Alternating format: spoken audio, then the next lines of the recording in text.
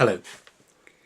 In the first video of this series, I looked at the background to how law is made in the United Kingdom.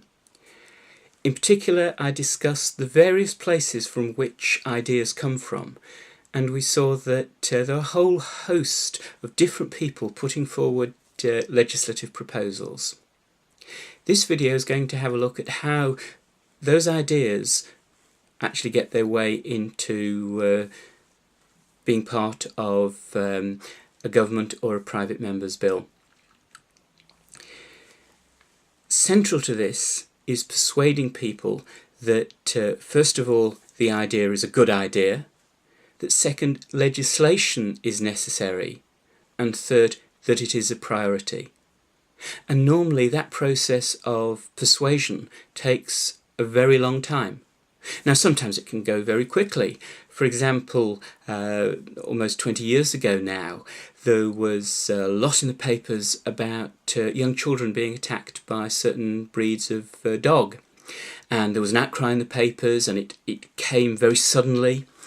And there was a feeling that something had to be done, so legislation was very quickly prepared and passed through both houses of Parliament and onto the statute book within a matter of days. Now it normally doesn't happen that quickly, and it's a good thing because such rush legislation usually creates more problems than it solves.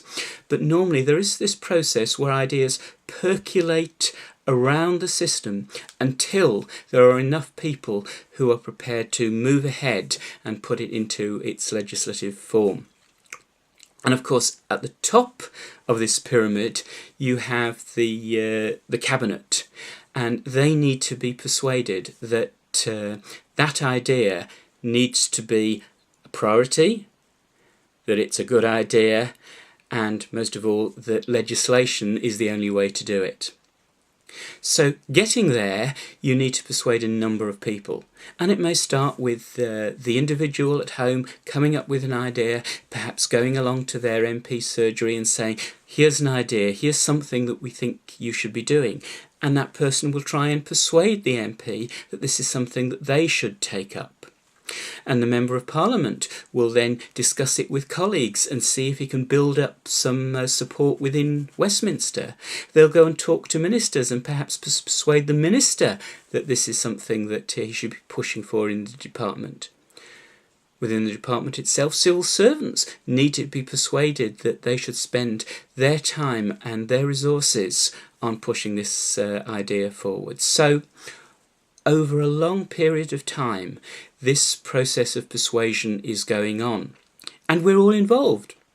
It may be directly, we may be the one going to see our MP, or even having the opportunity to discuss an issue with a minister, or more likely, indirectly, because we're all members of different associations who are arguing our case in different forums. So perhaps you're a member of a trade union, and part of the subs that you pay for that will be used to persuade members of Parliament to send people to go and see ministers to argue the case. Perhaps it's a professional association.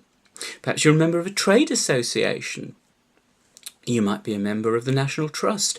There are all sorts of bodies, some very formal, some ad hoc, that are putting forward the case. And over time, an idea gains traction. More and more people are persuaded that action is needed. And in our next video, we'll look at that process which takes an idea having got widespread acceptability to the point where an announcement is made that the government or occasionally a private member is putting forward that bill for the consideration of Parliament.